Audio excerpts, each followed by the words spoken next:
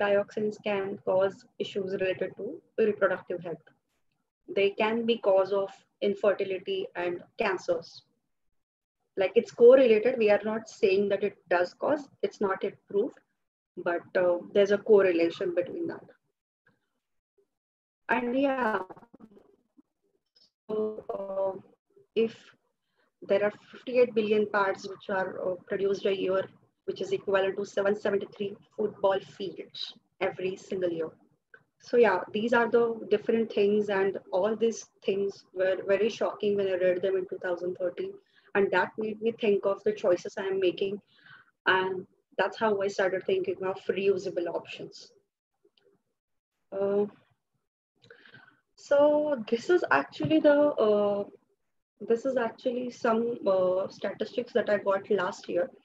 But recently, like just one day ago, I heard from someone that all the statistics are like it's been doubled now. Like the uh, the, the waste that is produced by due to pads is now doubled. Like Bangalore alone produces like 9,000 tons of 90,000 kg of waste from diapers and pads.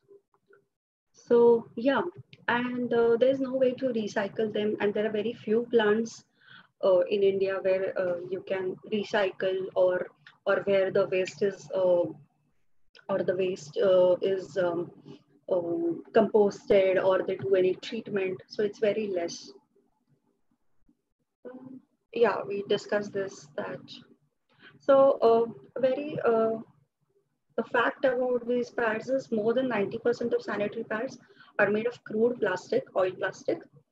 They're chlorine bleached, like the wood pulp or cotton pulp has been used.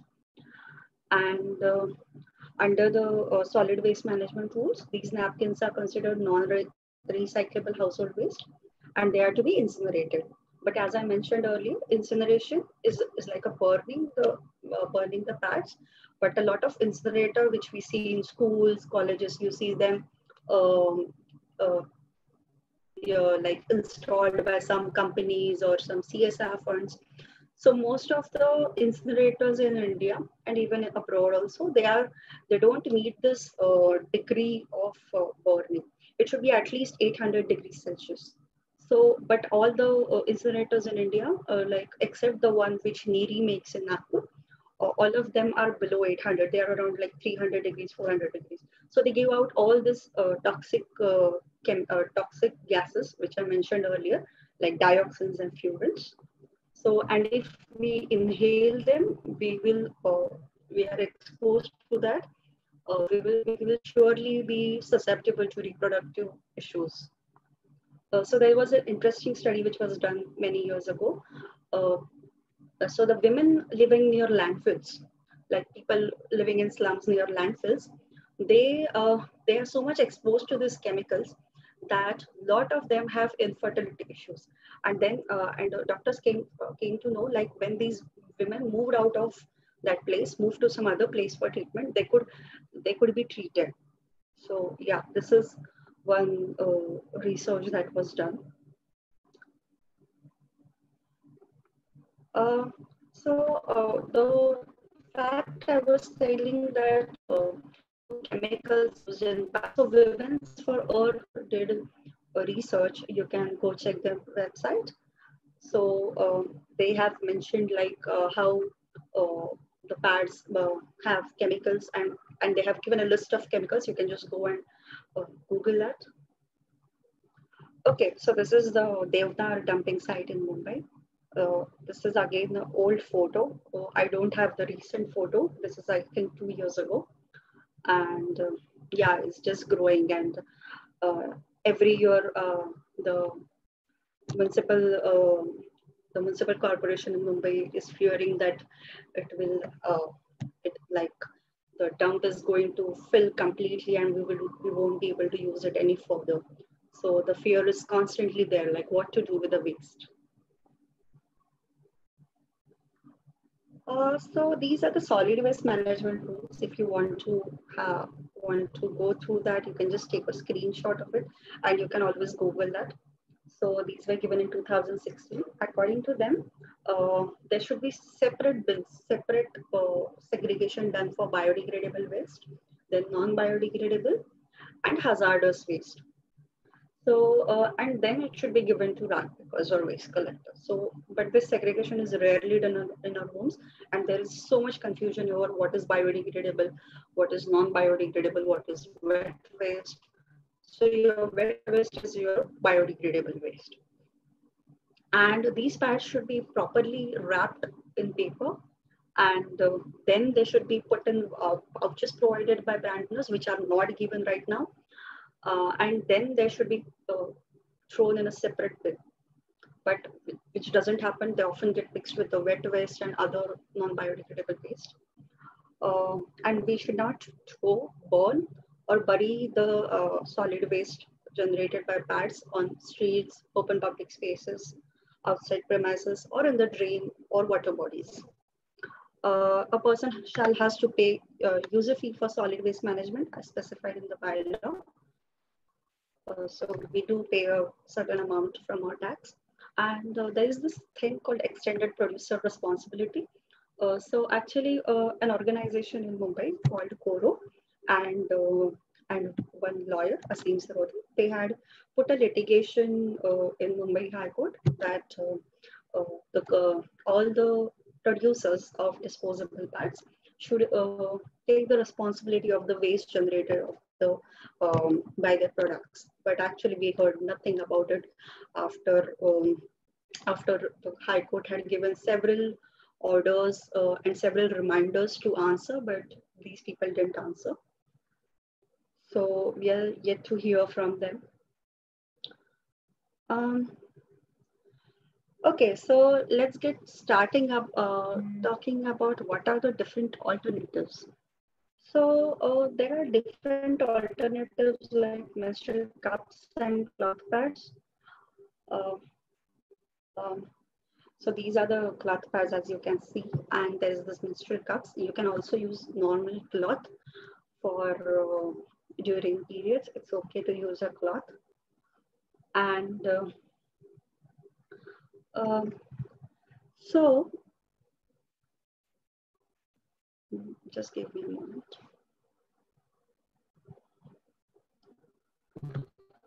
Okay, so there are several options in cloth pads and menstrual cups which you can use. And there are several brands in India who make cloth pads and cups which you can try. So I personally brought cloth pads from Ecofem in 2015. And I'm still using them, like the same set of cloth pads. They are really good pads. And then there are also menstrual cups, which you can use for at least 10 to 12 years. So that's a very good option you can think of. Also, so a lot of people ask me, ask me like, how many cloth pads would I need if I want to use just cloth pads? So I would suggest you use you should at least have a set of 6 to 8 pads. If you're a heavy bleeder or if you live in a region where it rains a lot, then you should probably have 8 to 10 cloth pads. So you can have a set of that and you can keep reusing them. So if you have 8 to 10 cloth pads, you can probably use them for 3 to 4 years. Um, but if you have less cloth pads, maybe you will have to buy new in 1 or 2 years. So that is about the cloth pads. So you may think that, okay, cloth pads maybe are tiresome thing, and how can I get time to wash in the hustle and bustle? And maybe I will get enough time to wash them and maintain them. So actually, I have worked a lot in field also. I have worked with corporate also. So actually, that was not a very difficult thing to use.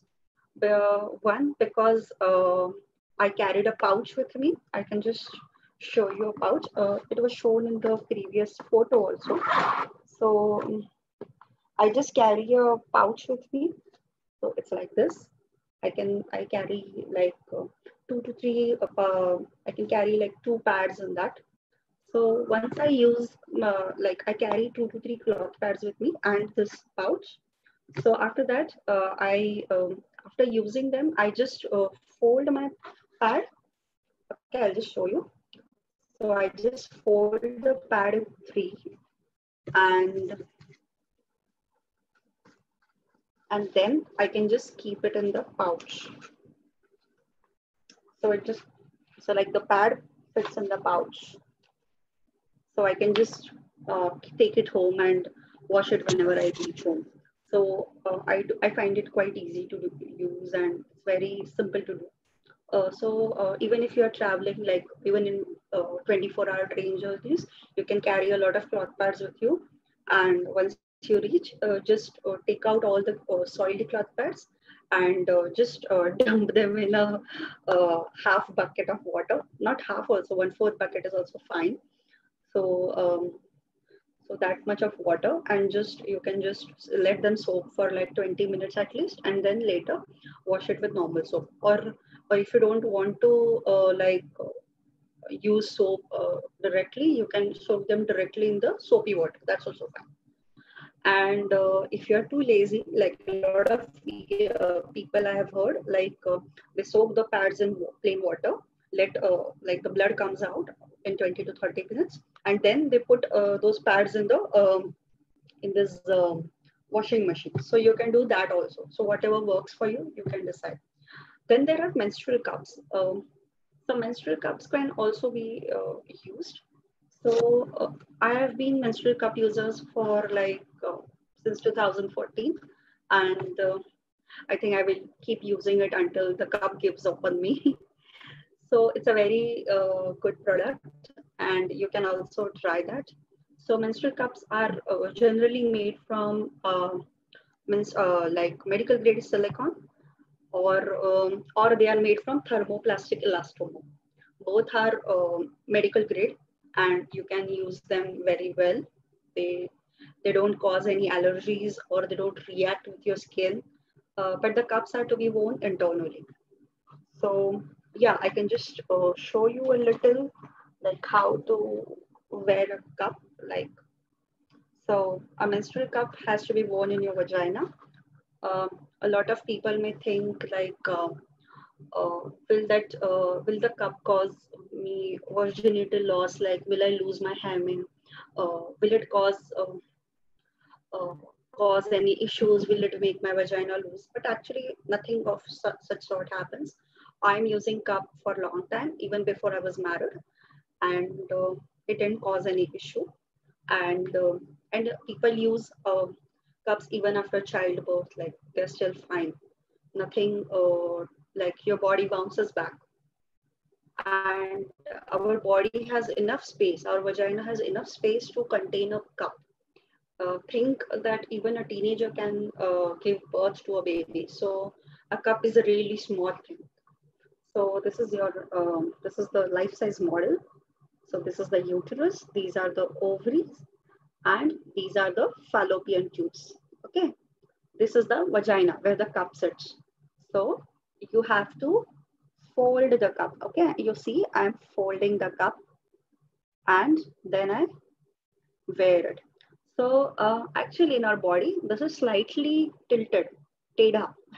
Okay, you have to aim towards your spine, not try to push it upwards. Okay, and then you slowly go inside, and it opens inside. So you can wear it for 4 to 6 hours, or even 8 to 10 hours. Maximum you can wear is for 12 hours. So we recommend that you empty it in every 10 to 12 hours, not more than that. So you have to just pinch the base to remove the cup. So the cup has air holes. Can you see one? So it has air holes from where the air goes inside. So even if the cup is inside, it will be ventilated because it has air holes, and it will form a suction inside. So you jump, you swim, or do anything, the cup won't leak. It will stay inside, take shape of your body, and it will stay inside. So after pinching the base, you have removed the cup. So just empty it in your toilet, and wash it with under a tap, or if you are using Western toilet, you can use the jet spray, the hand spray, and then your when it's clean, you can insert it again and good to go. So yeah, and if there is no water in your toilet, like in some corporate offices, I don't know why it's so random that they don't have jet sprays in their, or even in US, I have seen like they don't have jet sprays. So maybe you can use a tissue to just clean your cup, and then you can wear it again. And your body is enough lubricated during periods. So the cup will go in easily and you can even take out easily. So it's very, there's a learning curve. I will not say like it's a breeze, but you can manage. It's not so difficult. And there are so many Facebook groups now. There are Facebook groups, there are WhatsApp groups who support people who want to try menstrual cups and cloth pads. So go for such groups if you want to be, if you're interested and you want to try. So yeah, this was a very basic thing which I talk in my every session. And I will just share my screen again.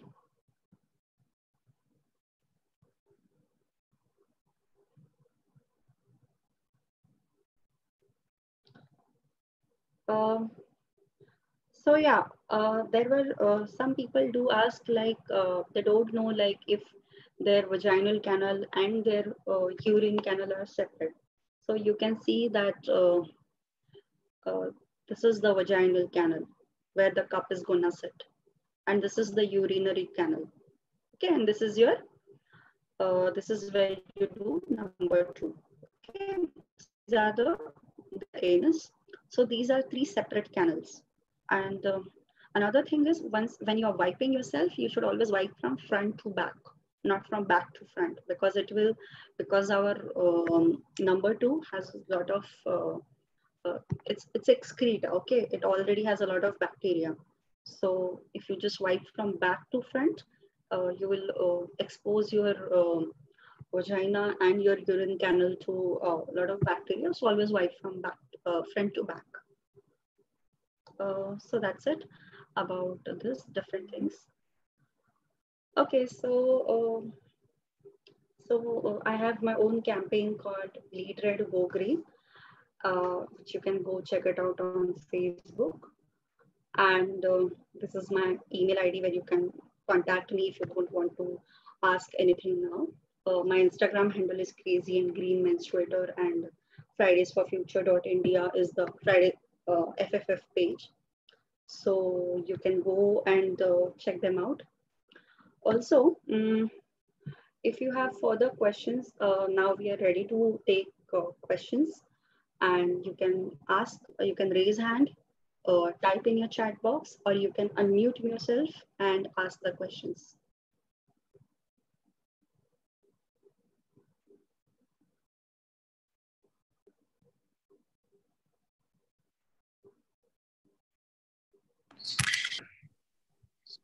It would be appreciated if you could raise your hands and you can shoot your questions.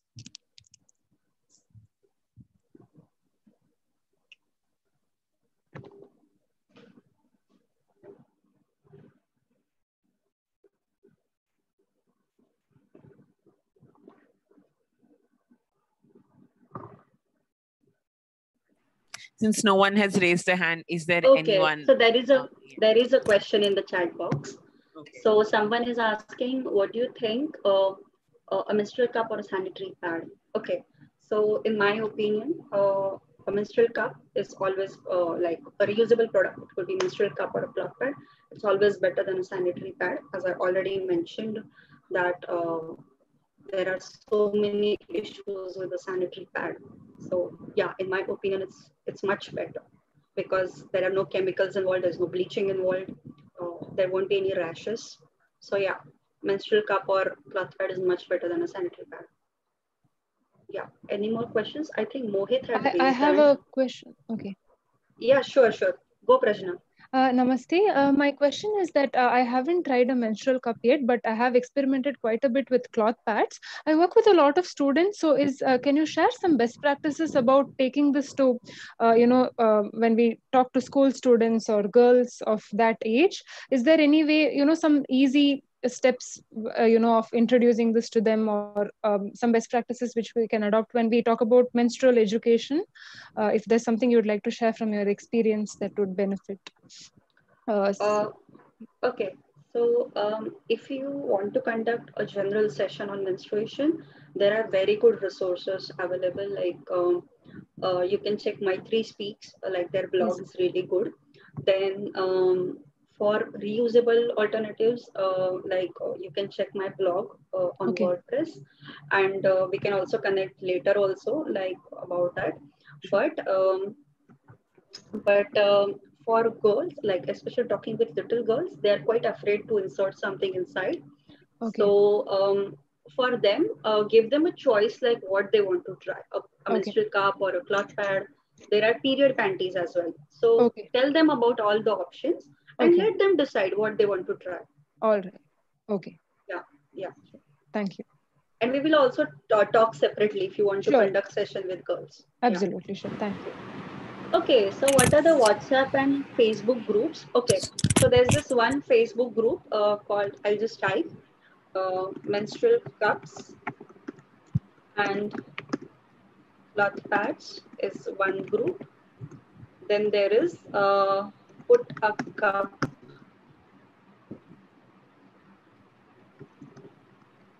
in it is another group. So these are very good group. Menstrual cups and cloth pads is Indian group. And then you can also check our Facebook page or on our website. Green the Red. Green the Red is a campaign actually. Okay. Tanmay has a question, I Okay. guess. Yeah. Tanmay, please shoot.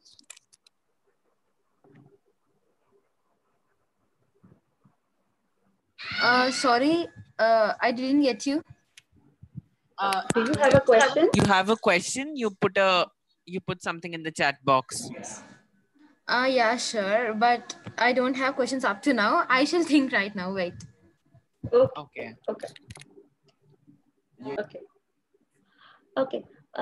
So Anuja is asking, are menstrual cups available in different sizes, as any larger size for heavy blood flow? Okay, that's a very good question. So Anuja, since like I would suggest like there are different sizes in group. So this cup which I am showing is a medium size cup. This is a standard size cup actually. This fits around 90% of women. So this is one which you can try. But for heavy blood flow, there is absolutely a larger cup. So there are brands like Soj, I'm just typing so that you have that reference. Then there is Meluna, and then there is Nariyari, which has, and E cup, which has large cups. Okay, you can try them.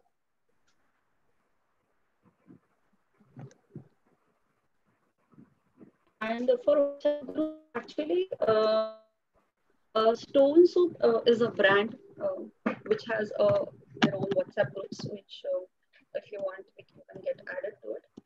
And there are more WhatsApp groups. So if they can mail me or send me hi on Instagram, and I can um, tell you about it, and you can probably share your number so I can add you to those groups.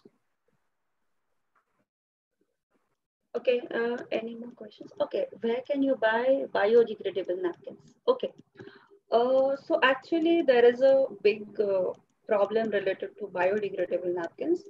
I was going to talk about it, but I thought maybe I will talk a little more about other things.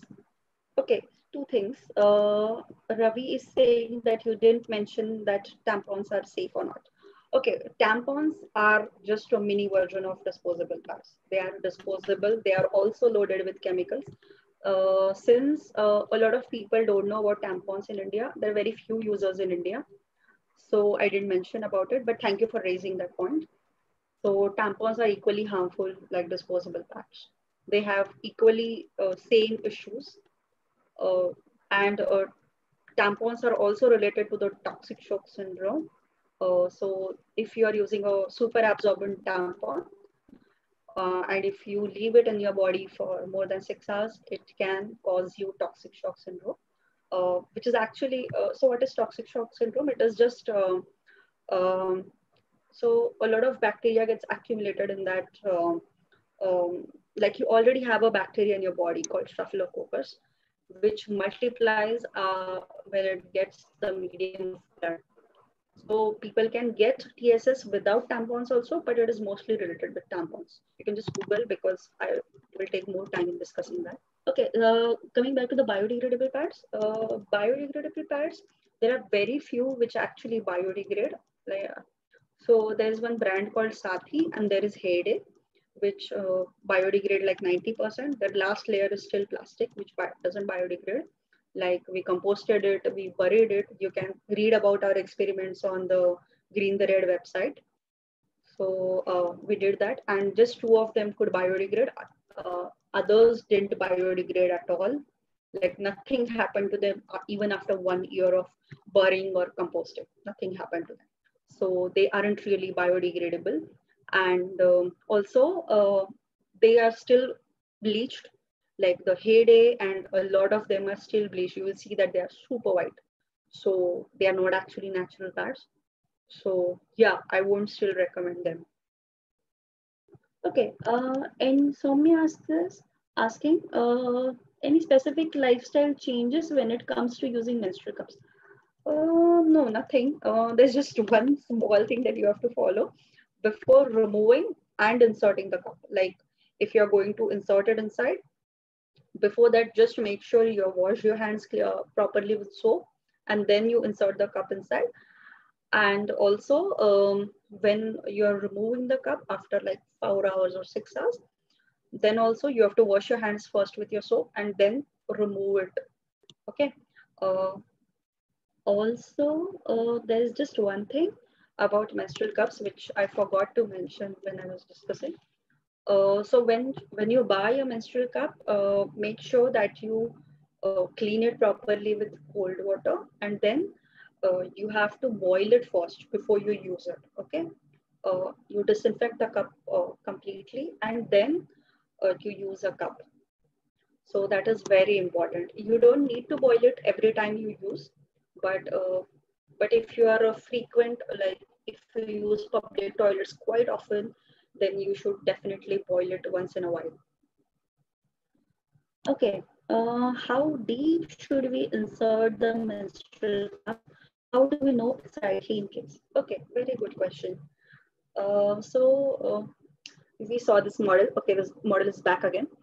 So when we wear a cup, uh, so the cup, uh, if it's uh, like if you have a medium cervix, like this is the cervix, so the cup doesn't have much space to move actually.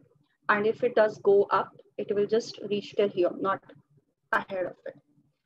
So if the cup is not rightly placed, like the stem is outside, so that is not rightly placed, or it is not open, it still has dent like this. Okay, it should be completely open.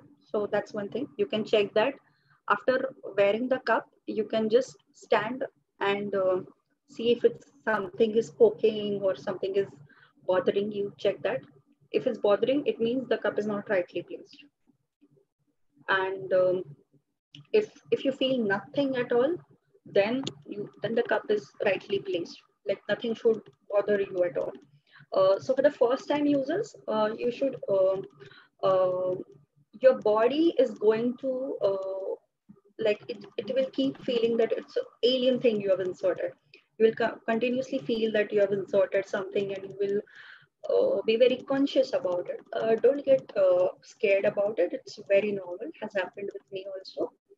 So it's very normal to feel like that, and in 1 or 2 cycles you will get used to that. You will feel nothing at all. You will just feel that there's something foreign body inside. That's it. But if it's poking, I would suggest remove the cup, wear it again. How deep should we insert? Okay, so just make sure that the stem has gone inside. It's not poking outside. It shouldn't come outside. Like the cup has gone inside. This shouldn't, this part is also inside. If this is outside, this may bother you.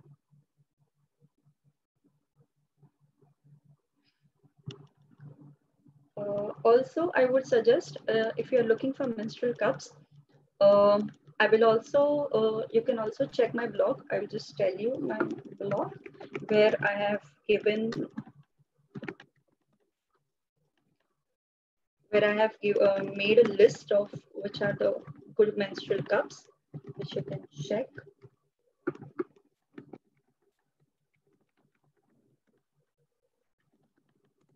Okay, so this is my blog, which you can check. And there I have listed which are the good cups which you can buy. And also like with cups, I would suggest you can also do a very small test with your own body. Is like the first thing you need to do is insert finger in your vagina first, feel how it is, see how comfortable you are with body, be comfortable with that idea that something is going to get inserted in your body, and then buy a cup. So first get used to that idea, then because then only it's going to help you. If you're too scared to insert, or if you can't even insert your own finger, then cup inserting cup is going to be difficult. Also, a lot of people get scared and their muscles get stressed. So our muscles actually get like they contract, and when you're trying to wear a cup, and if you're really scared or anxious, like whether the cup will go inside or will it bother me, will it go everything well, if what if something happens to me, if you have all these questions going on in your mind, definitely your muscles are going to sense that, and your muscles are going to contract. They will not let you insert the cup. So it will be really hard for you to insert the cup. So I would say relax.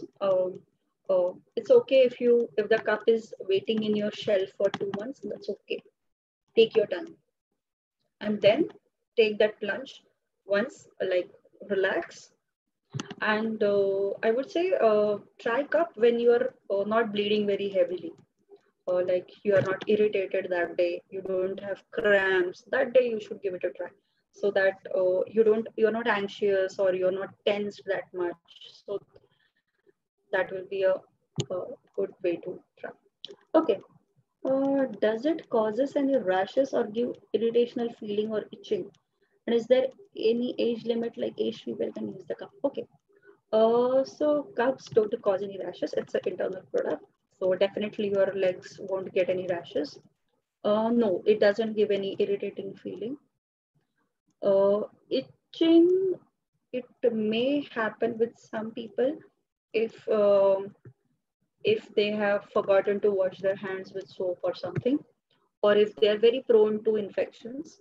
So with such people, it may happen, like there may be some itching in the beginning. It may happen, but that's again very rare. Has never happened with me or with a lot of people. Is there any age limit? Actually, there is no age limit. You can start using a cup like from 13, 14-year-old also, and you can use it till menopause. So there is no age limit like that. But I would suggest if you are a teenager and you are just, your periods have just started, I would say just give a year or two, let your body settle with the new changes in your body, and then give it a try to menstrual cup. Cloth pad, you can start with your first period itself. But with a cup, like if you're not comfortable with your body, then wearing a cup becomes a added discomfort. So be comfortable with your body first and then use a cup. Any more questions? Okay, just want to know if it's fine to use them for having PCOS. Yeah, it's completely fine. Even if you have PCOS, you can still use a cup. Like I personally know a lot of people who have PCOS and they use cups. So yeah, it doesn't really change anything. any more questions?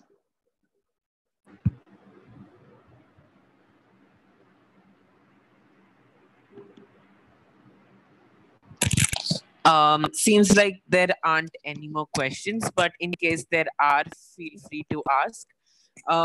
I'd just like to say a big thank you to you, Rajsi, for doing this. Okay, there is a Okay, there's one question, more it seems. question. Yeah.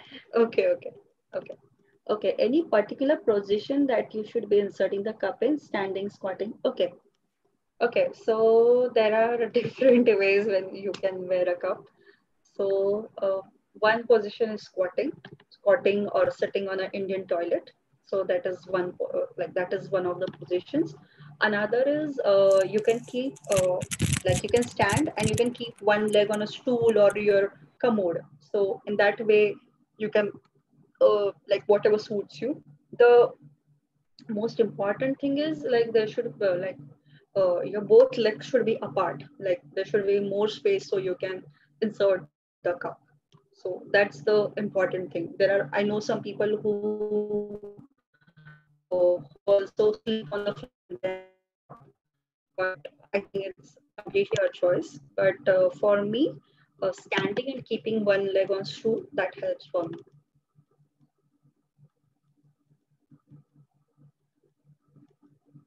Okay, any more questions or any feedback? That is also appreciated.